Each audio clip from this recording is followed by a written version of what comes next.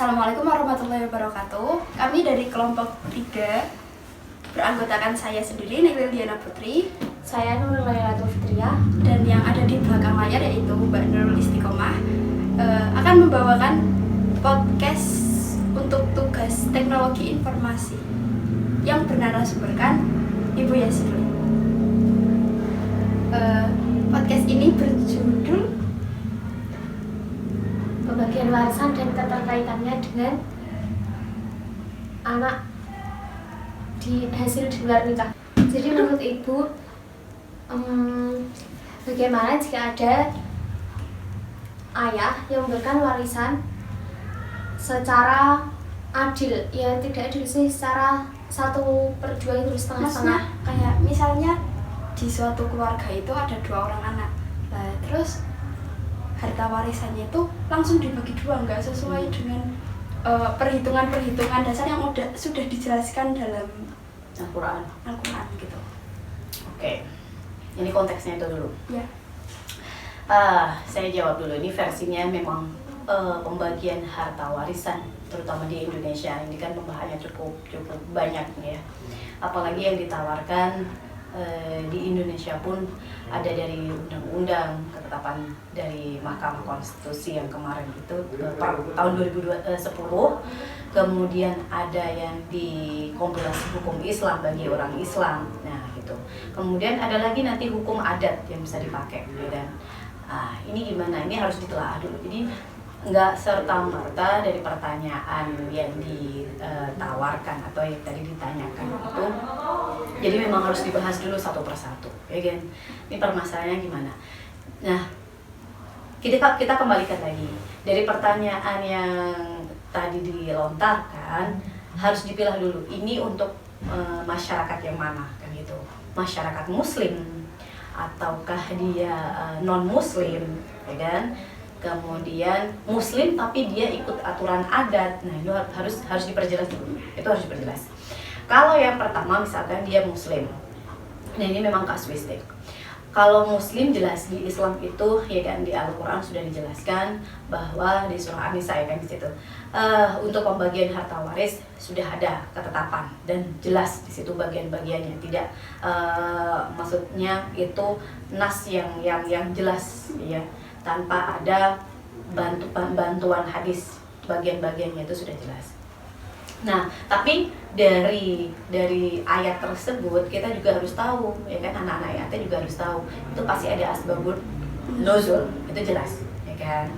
Nah, kalau sudah kaitannya dengan kasus yang ada di masyarakat, kita kembalikan lagi. Jadi di fikih itu ada yang namanya ijtihad, kan, ya kan, ada ijtihad. Nah, misalkan yang kalau di Islam jelas, di Islam itu sudah ada bagiannya pun dalam Al-Quran itu sudah istilahnya pilihan yang lebih bagus, kan gitu. Sudah ditetapkan yang lebih bagus untuk semua umat Islam, kan gitu. Akan tetapi belum tentu juga. Saya bilang belum tentu, kenapa? Karena itu tadi ada kasus-kasus tertentu yang mungkin dari ketetapan Al-Quran ataupun hadis itu kalau dipakai akan menimbulkan madarat yang lebih besar. Nah, itu kan anak-anak itu artinya sudah belajar tentang itu, kan. Nah, kalau dalam Al-Quran jelas, ketentuannya sudah jelas. Anak perempuan itu seberapa bagiannya, istri dan lain sebagainya, ya kan. Bagaimana yang mahjub, kemudian nanti dia asobah, itu jelas sudah ada bagiannya. Nah, kalau kasus yang ditanyakan tadi untuk orang Islam yang misalkan dari ayahnya, ya kan, kemudian pembagian harta warisan itu dibagi rata. Nah, kembali lagi, kalau dia nanti pakai yang ditawarkan di hukum Islam, pembagian sesuai dengan ketentuan syariat, ya kan, di Islam, ya, tapi menimbulkan madarat dan itu nanti malah tidak bagus. Kalau dibagi sama rata itu malah semuanya itu nanti saling terima antarodin, tidak masalah, itu bisa digunakan. Jadi di kaidah usuliyah itu ada kebiasaan itu bisa menjadi hukum, ya kan? Al-adatu muhakamah. Kemudian urf itu juga. Jadi kebiasaan yang sering yang sudah terjalin beberapa tahun, ya kan? Tapi itu sudah turun temurun. Nah, itu memang bisa dijadikan dasar syar'i. tanpa tapi ada ketentuan tidak boleh melanggar dari maqasid syariah, itu jelas, jadi harus dipahami dulu ya. Nah, terus gimana Bu? Jadi misalkan dia Islam, kemudian harta warisannya itu anak 2 dibagi rata cowok cewek, tidak masalah. Jadi itu tidak dipermasalahkan, asalkan semuanya itu antarodin. Sebab yang ditawarkan di Al-Quran itu ada asbabun nuzul, kenapa kok seperti itu, ya kan, dibagi harus dibagi dan lain sebagainya, itu jelas ada kadarnya. Kenapa kok bagian laki-laki itu lebih besar? Sebab tanggung jawabnya lebih besar juga untuk menghidupi keluarga. Kenapa bagian si cewek itu lebih sedikit? Sebab dia nanti akan mendapat dari suami. Nah, itu kan jelas. Nah, akan tetapi kontekstual juga, ya kan? Kasuiste. Kalau itu nanti bermasalah, bahkan hubungan keluarga itu bisa terpecah karena rebutan warisan dan lain sebagainya. Apakah Islam itu menawarkan yang seperti itu? Tidak. Islam itu rahmatan lil alamin. Ya kan? Kalau misalkan ini nggak bisa dipakai, nah berarti harus ada ijtihad, ya kan? Bisa nggak dengan di sama rata? Bisa, boleh. Yang penting sudah ditawarkan di Islam bahwa bagiannya seperti ini, akan tetapi nanti menimbulkan madarat dan lain sebagainya. Nah, lebih baik dibagi sama rata. Oke, jadi semua bisa adil, gitu. Kasusnya banyak, bahkan di rumah saya pun, di keluarga saya juga terjadi seperti itu. Jadi seharusnya bapak saya itu dapat bagiannya 2:1, tapi tidak mau, kita sama rata, semua sama rata. Jadi nanti biar semua tahu, ikhlas dan lain sebagainya, adil. Nah itu lebih, jadi ketentuan yang madaratnya lebih sedikit. Kalau di keluarganya itu sudah sadar betul ketentuan Islam harus diterapkan, ya kan, memang bagiannya ini, tidak masalah. Nah kalau tidak, gitu. Sebab warisan itu nanti efeknya sampai fitnah kubur. Nah itu. Siap, warisan kan jelas kan, dia harta dari orang yang sudah meninggal, namanya juga warisan, ya kan, warisan.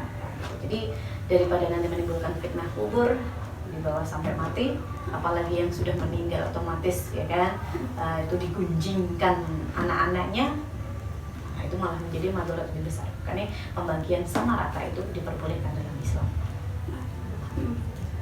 Terus kan ada beberapa orang mungkin yang sebelum meninggal sudah menyiapkan wasiat dulu.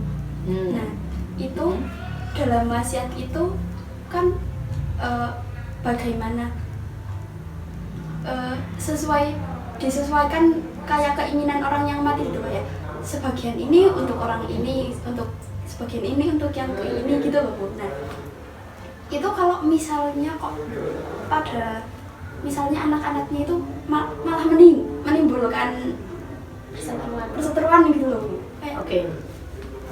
Jadi dulu sudah saya jelaskan, waris itu kan pembagian waris, namanya harta warisan, itu pasti didapat setelah orang itu meninggal, ya. Tapi kalau dibagi sebelumnya, bisa dikatakan waris pra atau gimana dibagi, ya. Memang ada yang menyebut seperti itu. Nah, tapi kalau di Islam kan itu namanya hibah. Kalau sebelum meninggal kan hibah namanya kan. Nah itu gimana? Bisa nggak saya berwasiat nanti kalau saya meninggal, gitu. Kalau saya meninggal nanti kamu dapat sekian, ini dapat sekian, ini dapat sekian, gitu ya. Nah ini seharusnya dari pihak orang tua ketika mempunyai ketetapan seperti itu, alangkah baiknya jadi punya argumen. Kenapa sih yang anak nomor 2 itu malah dapat lebih banyak, ya kan? Kenapa kok dikasih lebih banyak? Kenapa yang itu seharusnya jadi orang tua itu harus bijaksana. Memang peran orang tua atau apa ya istilahnya gitu, sebagai orang tua itu memang zaman sekarang itu dituntut harus apa ya istilahnya bisa menengahi segala hal, ya. Nah itu memang problemnya memang dimulai dari situ. Makanya ketika sudah berbicara tentang waris, ya kan, itu harus semuanya itu diluruskan. Kemudian diajak ngobrol bareng, ini bagiannya ini dengan alasan seperti ini, itu harus jelas. Dan sifat orang tua itu juga harus mengikat. Jadi istilahnya kayak nggak boleh bagian ini sudah mengatakan, jadi nggak boleh istilahnya iri, nggak boleh ini. Itu kan pasti harus dijelaskan dulu kan. Sebab kan anak itu mau tidak mau kalau tanpa penjelasan seperti itu harus sudah dikasih ini pasti ada di belakang itu akan tidak baik. Ini kalau secara cara pandang saya, ya, alangkah baiknya itu seperti itu, didiskusikan. Ya. Pun itu nggak masalah. Jadi misalkan orang tua menginginkan anak nomor 2 tadi dapat lebih banyak, kenapa? Mungkin selama semasa hidupnya si orang tua ini, anak nomor 2 itu yang lebih besar pengorbanannya. Jadi dia bagiannya lebih besar. Ya. Jadi memang harus dimintai istilahnya keridhaan dari anggota keluarga yang lain. Ya. Itu seharusnya seperti itu. Jadi nggak bisa, memang saya kadang ketika ditanyai atau ada orang yang konsultasi, ini saya dapat warisan gini-gini, seharusnya itu kan di Islam bagiannya sekian-sekian. Nah ini, jadi awal mula permasalahan seperti itu memang diawali dari kurangnya komunikasi dari orang tua ketika menghibahkan hartanya ke anak. Tapi kalau sudah konteksnya itu wasiat, berarti memang harus dilaksanakan. Wasiat kan wajib dilaksanakan dulu.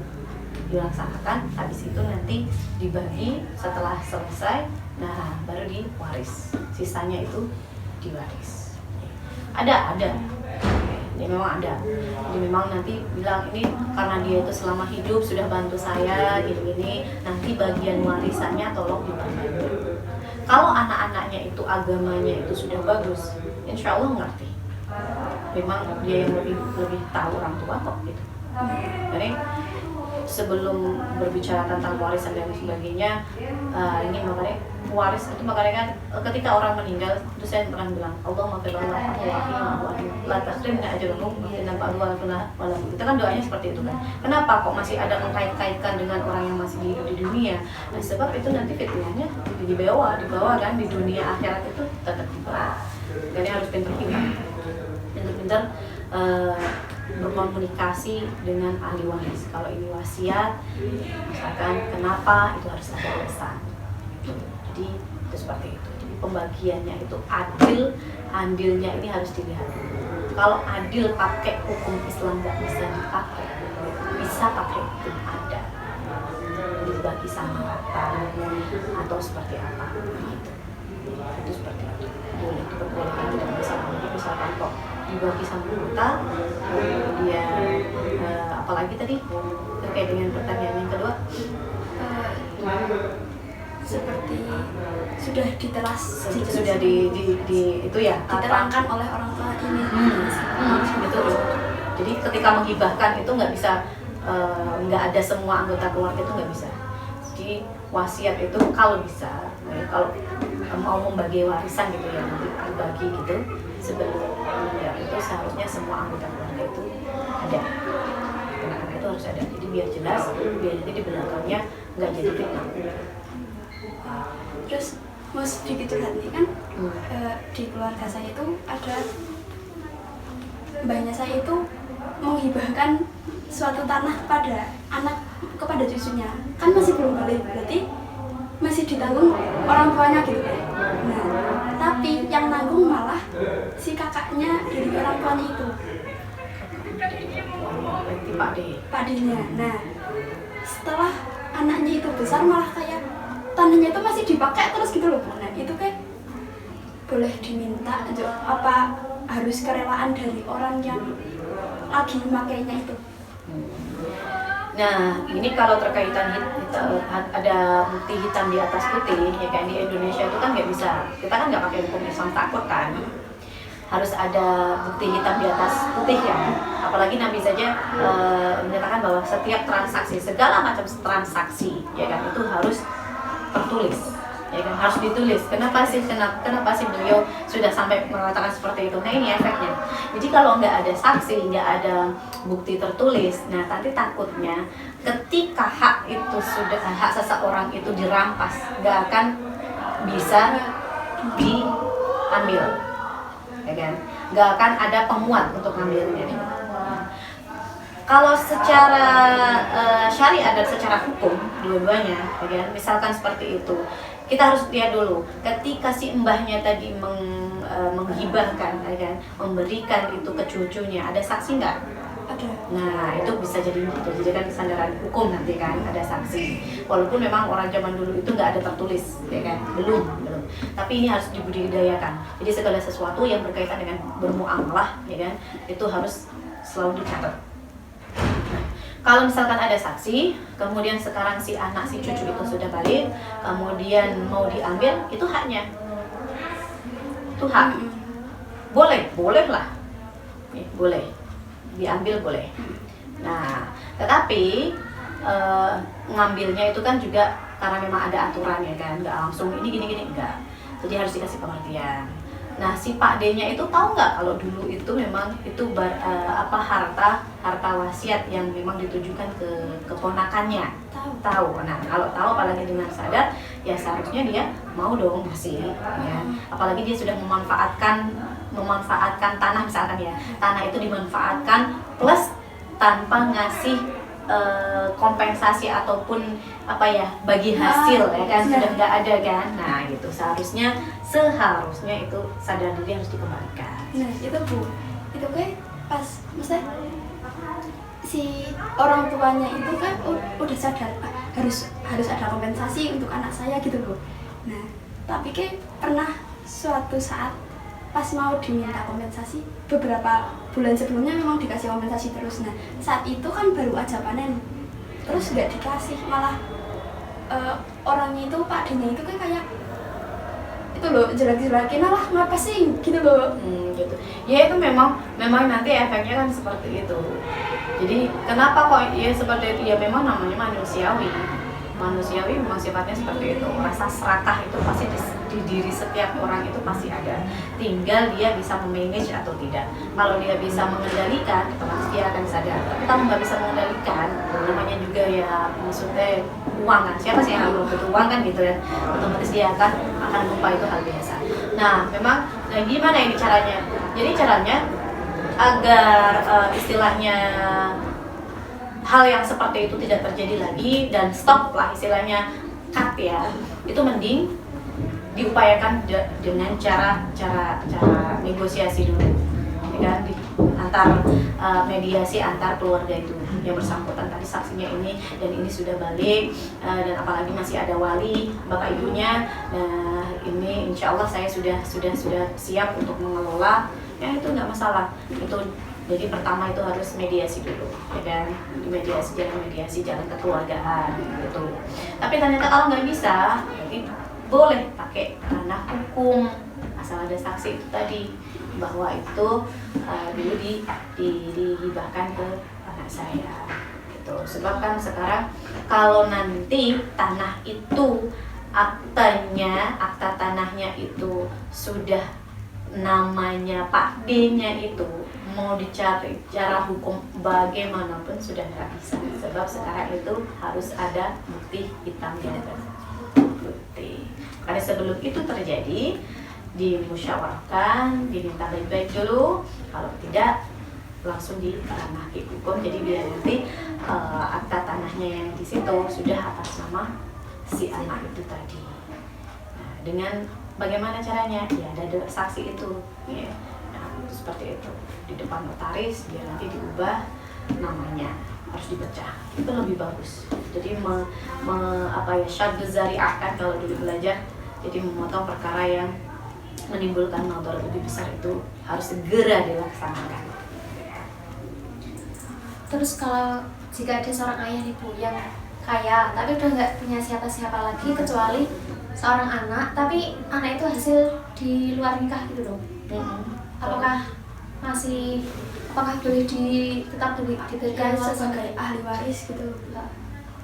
Anak di luar nikah sebagai ahli waris. Ya. Oke. Jadi kalau memang konteksnya di Islam beberapa versi ya, mazhab ya. Nah, apalagi mazhab terbesar itu Imam Syafi'i.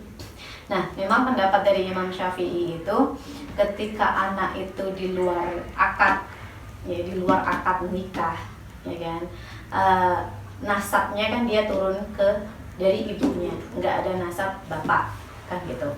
Nah itu kalau mungkin konteks dulu masih bisa diterima, tapi sekarang lambat laun kalau itu dipakai terus, anak istilahnya anak apa, anak li'an ya, bisa dikatakan gitu, bisa. Atau anak yang di luar nikah itu tadi, otomatis hak-hak dia akan tidak terpenuhi sebagai warga negara Indonesia ataupun sebagai ahli waris, ya kan. Nah, ini efeknya kan berat. Jadi Islam itu tadi saya kembalikan, Islam itu rahmatan lil alamin.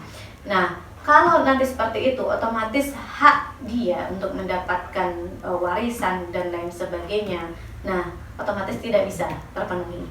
Nah, ini nanti kan efeknya lebih besar malahan kalau ijtihad itu masih digunakan. Makanya sekarang ketetapan Mahkamah Konstitusi MK nomor 10 tahun 2010 itu menegaskan bahwa anak di luar nikah itu bisa mendapatkan hak waris dari ayah biologisnya. Tapi dengan cara dia sudah terbukti di pengadilan. Jadi ada surat sah dari pengadilan negeri. Ya, jadi dari pengadilan itu sudah jelas bahwa dia itu anak biologis dari si A misalnya. Nah, itu baru nanti hak warisnya bisa diturunkan. Kalau hanya sekedar ini loh anak kamu, ya kan, tanpa ada pengakuan dari si bapak, kemudian tidak ada ketetapan dari pengadilan, nggak bisa. Ya. Jadi memang peluang dari Mahkamah Konstitusi, ketetapan dari keputusan Mahkamah Konstitusi ini membuka kayak nafas baru memang. Tapi harus sesuai ketentuan juga. Walaupun sudah ada aturan di Indonesia yang membuka itu tadi kesempatan untuk anak di luar nikah mendapatkan hak-haknya, tapi dia juga harus memenuhi kriteria. Syaratnya apa? Dia itu istilahnya dari pihak pengadilan sudah menetapkan bahwa itu benar anaknya dia, ya kan? Jelaskan dia punya kekuatan hukum tetap, nah ini bisa nanti mewarisi.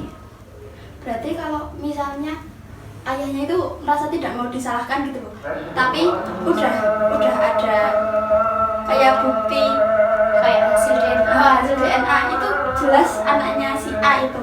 Lah berarti si anaknya itu bisa menuntut. Bisa.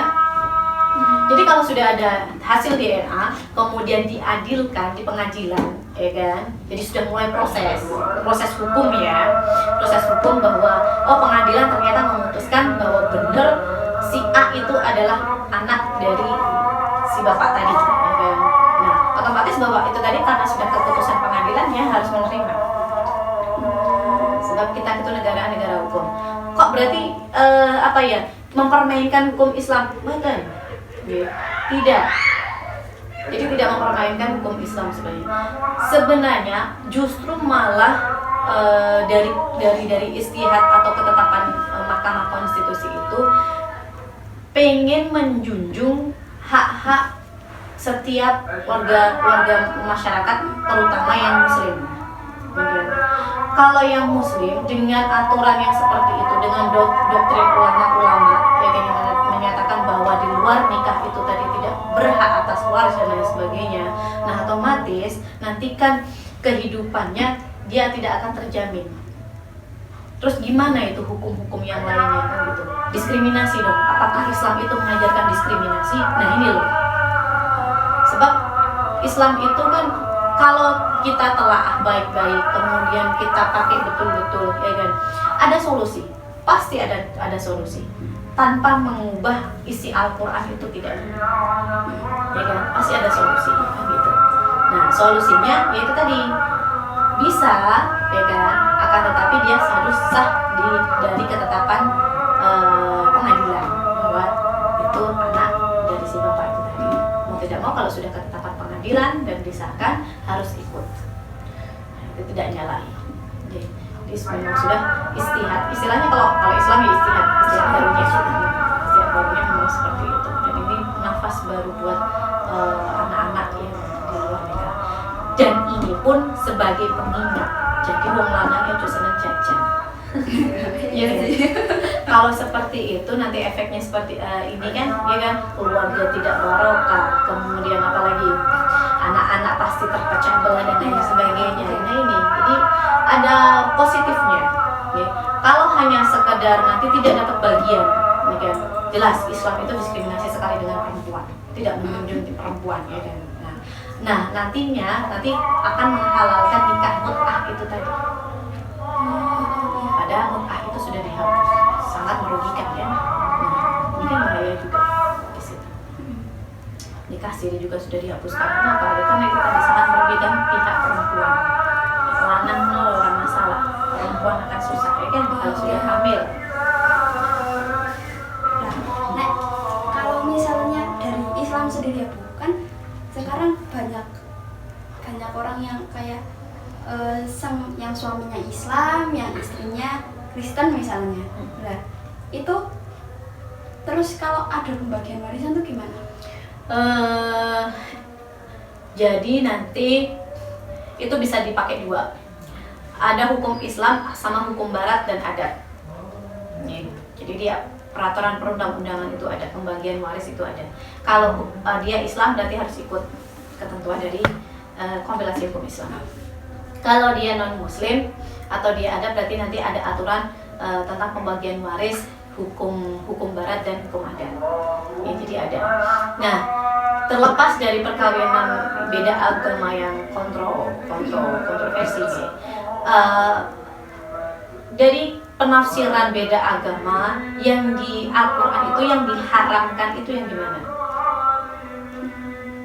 Ya kan?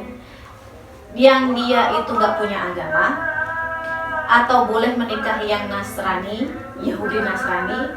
Nah, berarti kalau seperti itu Kristen pun kan termasuk Yahudi Nasrani. Ya kan? Berarti yang haram untuk dinikah yang mana? Yang nggak punya agama, kan di penafsiran kan seperti itu. Jadi kan akan ketemu itu di tafsir dan semester berapa itu nanti akan. Nah gitu. Jadi harus ditelaah dulu.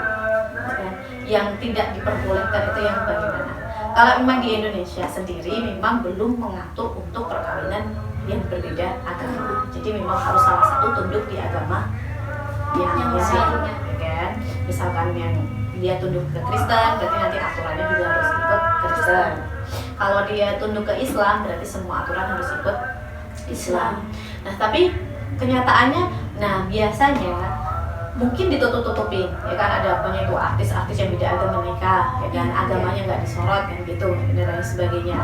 Nah, kalau Islam melihat dari sisi hukum, ya kan, jelas itu kan tidak diperbolehkan kalau di Indonesia, ya kan. Nah, tapi kita nggak tahu, ternyata dia sebenarnya sudah memeluk Islam misalkan. Toh orang Islam yang nggak sholat aja juga banyak kan gitu. Nah, jadi kita juga nggak tahu kan kayak gitu. Jadi kalau berbicara terkait dengan hukumnya nggak bisa, dia harus duduk dulu dari salah satu, nanti baru bisa diurus terkait dengan waris. Lah kalau sudah terlanjur kayak siapa Jamal Mirdad, ya kan, Jamal Mirdad dengan si istrinya Lydia Kandau itu gimana? Nah, jadi kalau kasusnya seperti itu, karena Islam sendiri belum memiliki hukum yang pasti, ya. Jadi kalau dia Islam mau pakai hukum yang Islam, mau ikut Islam nggak masalah. Nah, tapi kalau nanti yang Islam ikut Islam, otomatis yang satu nggak dapat dong, Bu, kan dia kafir tuh. Nah ini gimana ini, ya kan gitu.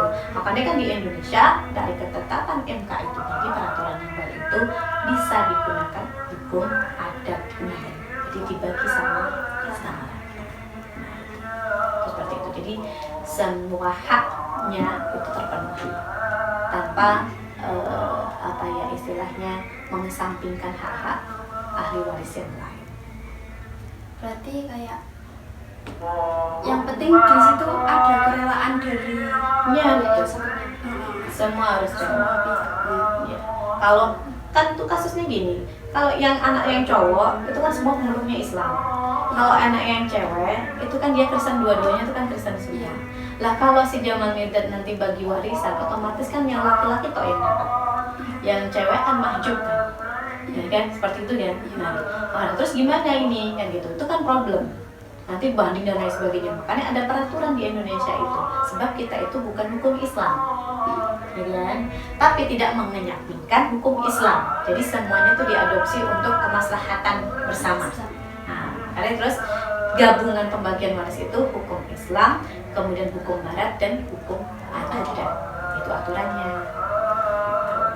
Jadi kalau nggak bisa terselesaikan dengan hukum Islam, bisa pakai hukum Barat dan hukum adat itu tadi dibagi sama rata. nggak harus yang beda agama kok, orang yang sesama Islam aja banyak yang pakai hukum adat, sebab dipilih moderatnya yang lebih sedikit. Tapi nek misal pakai hukum Islam, tapi pakainya setengah-setengah gitu loh Bu. Kayak gini, nenek saya, kakek saya kan udah meninggal.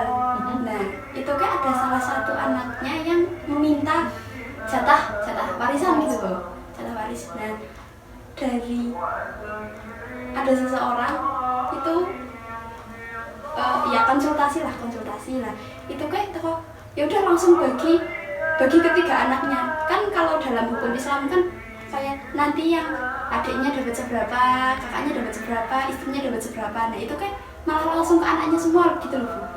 Itu jadi yang gini, yang meninggal itu misalkan si ayah meninggal, walaupun sisinya dia sudah menjadi kakek ya kan.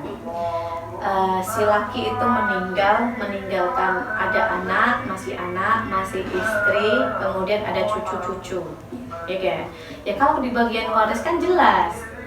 Kalau si anaknya itu dia nggak punya anak, istilahnya hanya anak perempuan, ya kan? Kemudian istri, ada cucu laki-laki, berarti kan memang cucu laki-lakinya nanti kan dia mendapatkan warisan, memang dapat dia, kan gitu.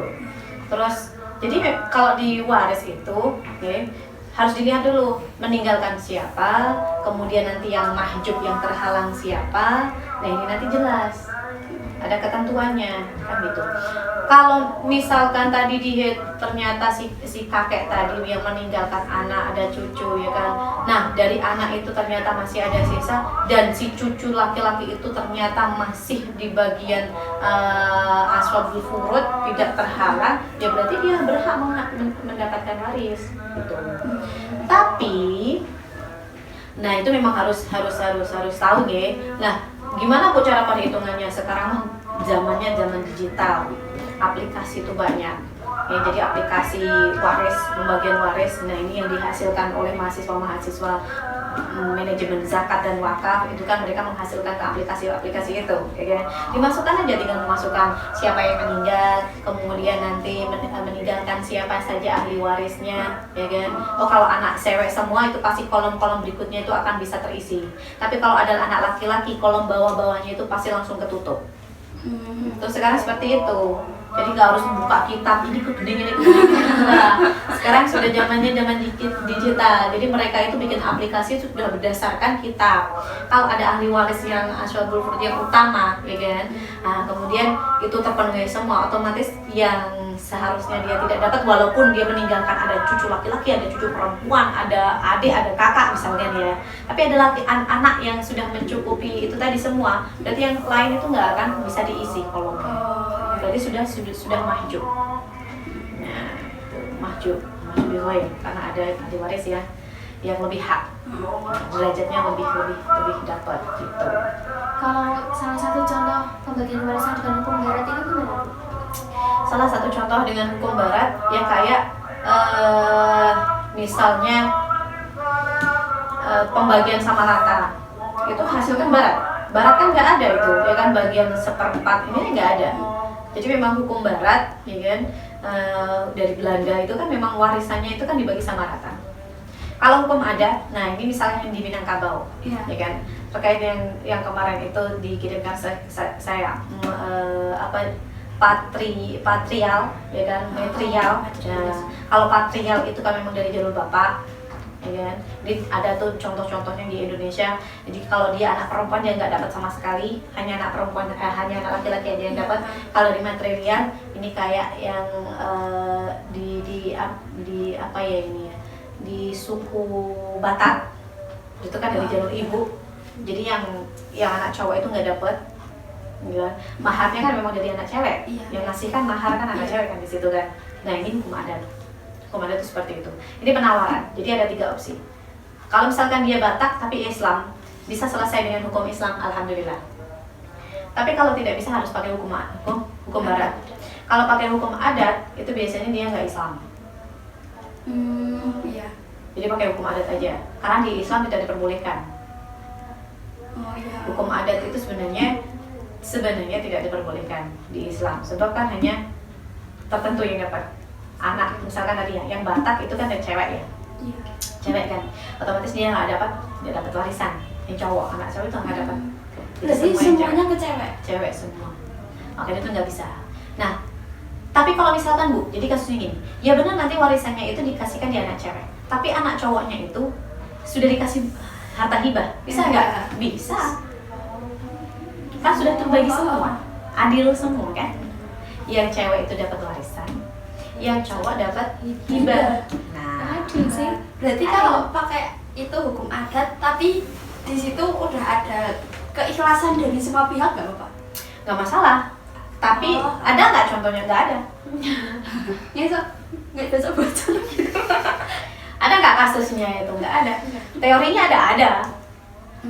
Jadi suku-suku itu, ya kan, marga yang Batak itu pakai, Minahasa pakai, Bali pun pakai, ya kan. Nah, tapi nanti harus ada efeknya. Kalau misalkan bener yang ini nggak dapet, tapi yang cowok nanti biasanya dikasih dulu, gitu. Jadi warisnya ke cewek, misalkan kan. Tapi yang cowok sudah dikasih bagian. Istilahnya sama aja. Iya. Nah, gitu. Tapi kalau diterapkannya bener-bener yang cowok nggak dikasih, hanya yang cewek saja, kalau di Islam memang tidak diperbolehkan. Ya nggak boleh lah kalau misalkan seperti itu. Siapa sih yang ikhlas nggak dikasih? Saya nggak yakin deh, ya kan? Apalagi orang tuanya miliarder. Kecuali lo ya, waris itu kan ada dua bentuk tuh, harta dan hutang. Nah, kalau dia hutang, ya kan, bentuknya hutang, saya yakin sih ikhlas saya nggak dapat warisan, pasti, ya kan? Si cowoknya nggak usah dia, udah kamu aja yang mewarisi, mas nggak dapat apa-apa, oke, gitu. Itu kalau bentuk warisannya dalam bentuk hutang, kan memang warisan kan nggak cuma harta, hutang pun kan bisa diwaris. Nah, itu.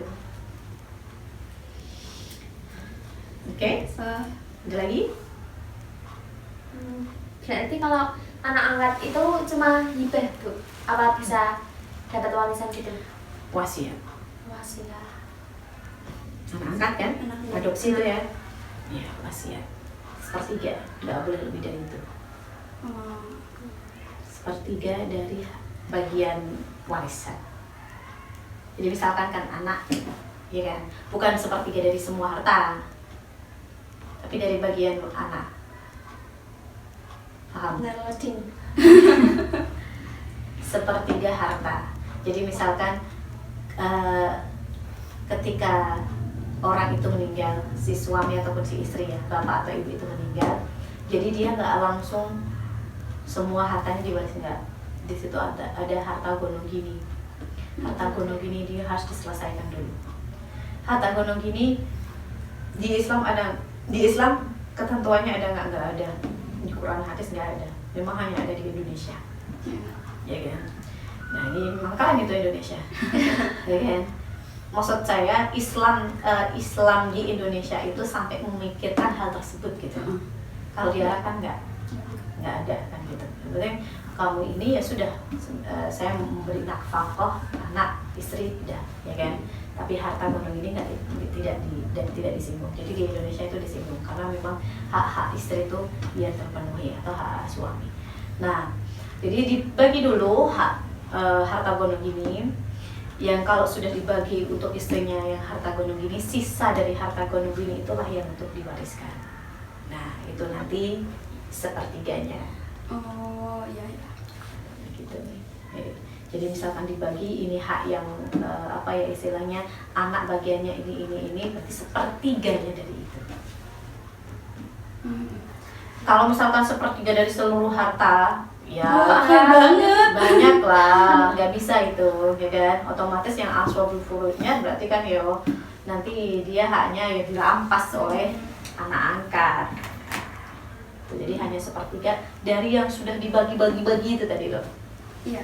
Nah, kalau di Indonesia sendiri tuh ada nggak badan yang di situ mengurusi kan mungkin ada orang yang sebatang kara tapi hartanya banyak gitu loh Bu. Hartanya banyak terus gimana? Maksudnya ngurus apanya? Ngurus hartanya itu kan dia sebatang kara maksudnya nggak ada saudara, nggak ada anak, nggak ada Pokoknya nggak punya keluarga. nggak ada kerabat gitu. Ada, pasti ada lah. Dia nanti kan kalau dia nggak punya keluarga, apalagi orang kaya, pasti dia berpikir nanti investasinya kemana.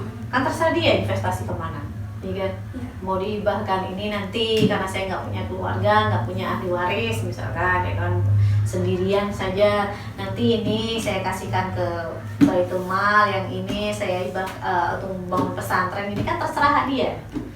Nah, badan yang ngurusin itu ada nggak? Ada. Basnas itu badan amil zakat infak sedekah. Berarti kalau misalnya dari orang tersebut belum kayak nggak ada keputusan ini mau dikemanain, berarti langsung ke Basnas yang ngurusin gitu. Iya, bisa. Nanti disalurkan, atau beliau sendiri yang nanti pengen pengen bangun pesantren, diwakafkan, ya kan? Nah, itu bisa nanti diurus. Memang proses wakaf itu kan nggak hanya sekedar ini saya wakafkan ya, udah buat pesantren, kamu bangun tuh. Tapi kalau nggak ada bukti hitam di atas putih, ya siapa saja bisa mengakui. Banyak banget kasus-kasus kayak gitu kan. Iya, makanya itu harus ada yang ngurus memang. Tapi kesadarannya itu ya ada kayak hari ini. Hari ini tadi saya ngajar kakak tingkat kalian yang semester 6 terkait dengan mata kuliah resolusi konflik. Ada bantuan sosial, ya kan, di pos-pos konflik itu. Nah, ternyata kayak MRI dan lain sebagainya, dia itu ngambil 10% dari debitur ketika saya berinfak. Nih, saya pengen bantu Palestina 100 juta misalkan ya. Nah, ternyata di sana dari lembaga itu dia ngambil 10% di lokal, kemudian nanti disetor lagi ke tingkat kabupaten misalkan 10 lagi ke lokal, kemudian kemudian nanti nambah lagi 10%. Ini yang harus hati-hati ini, terutama anak-anak IAT. Jadi ketika kalian nyemplung di lembaga-lembaga seperti itu, akadnya harus jelas. Memang betul ada aturan yang menyatakan bahwa zakat infak sedekah itu boleh diambil persentasenya untuk yang mengelola ataupun amil, ya kan? Nah, tapi harus jelas dulu, amil ini berlaku untuk hanya zakat saja atau untuk infak sedekah. Ada istilah amil atau tidak? Ini harus jelas, ya kan?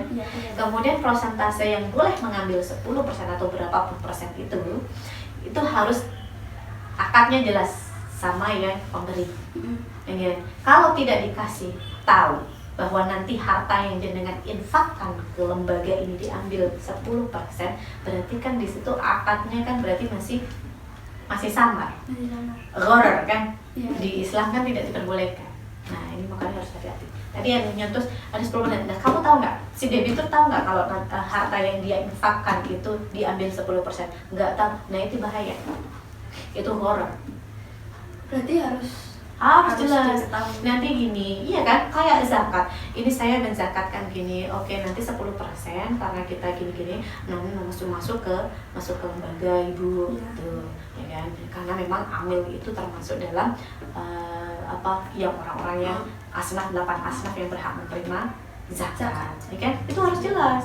Karena apa? Di Islam itu kan enteng sebenarnya. Yang membedakan antara halal, haram, dan gharar itu adalah akadnya. Kalau akad jelas, halal. Kalau akad tidak jelas, haram. Enak toh? Iya. Jadi hanya sekedar itu saja. Boleh membantu untuk sosial, tidak masalah. Tapi kalau kamu mengambil tanpa pengetahuan yang punya, itu berbahaya. Walaupun ada aturan itu harus jelas diutarakan ke pemberi. Ya. Dia dapat seperti ini 10%, ikhlas nih Bu, oke ikhlas antara dia, sah akadnya. Jadi 10% yang diambil untuk kemaslahatan anggota, untuk gaji karyawan, itu hukumnya sah. Itu yang membedakan, ya kan? Jadi kalau tidak berarti gimana? Ya sama aja, kayak istilahnya konvensional ya. Iya. Nah, itu makanya kenapa kok banyak yang mengharamkan konvensional karena akadnya tidak jelas. Itu harus jeli itu anak-anak IAT ini. Itu baru tahu saya itu. Jadi dia semester 6 lalai dia. Kalau warisan untuk anak tiri itu juga nggak apa-apa Bu? Iya. Anak tiri itu beda lagi. Anak tiri dia sama kayak wasiat, ya kan? Jadi nggak boleh lebih. Nah, kalau misalkan dia yang bawa dari ibunya, berarti ya dia mewarisi ibunya, nggak bisa mewarisi bapaknya. Tapi kalau mau dikasih ya boleh, nggak masalah. Tapi tidak boleh melebihi hak dari anak yang anak asli. Dan untuk pemahaman, ini namanya ilmu, kita kan namanya juga belajar. Kalau mungkin nanti pendapat saya itu berbeda dengan yang lain, itu sudah maklum ya, namanya juga istihad. Istihad itu nggak bisa disaklekkan, ya kan. Nah, tergantung kita mengaplikasikan. Jadi Islam itu rahmatan lil alamin, harus diaplikasikan untuk kemaslahatan umat. Jangan sampai saklek. Kalau saklek itu nanti menyusahkan diri kita sendiri, ya kan. Di qaidul fikih kan juga dijelaskan seperti itu. Jadi jangan terlalu kaku dengan pembaruan, sebab Islam itu untuk bisa digunakan atau bisa diaplikasikan sepanjang zaman. Gitu. Itu pesan saya. Ya, terima kasih. Kurang lebihnya mohon maaf. Kalau mungkin ada yang mau bertanya lagi, bisa ditanyakan pada Bia Sirlin, bisa Jabri mungkin, atau saat di kelas, atau bagaimana. Sekian, wassalamualaikum warahmatullahi wabarakatuh. 如果你有心动的迹象，记得直接给我亲自开一枪爆。Tita baby, Tita girl，Tita就在Tita show，Tita baby。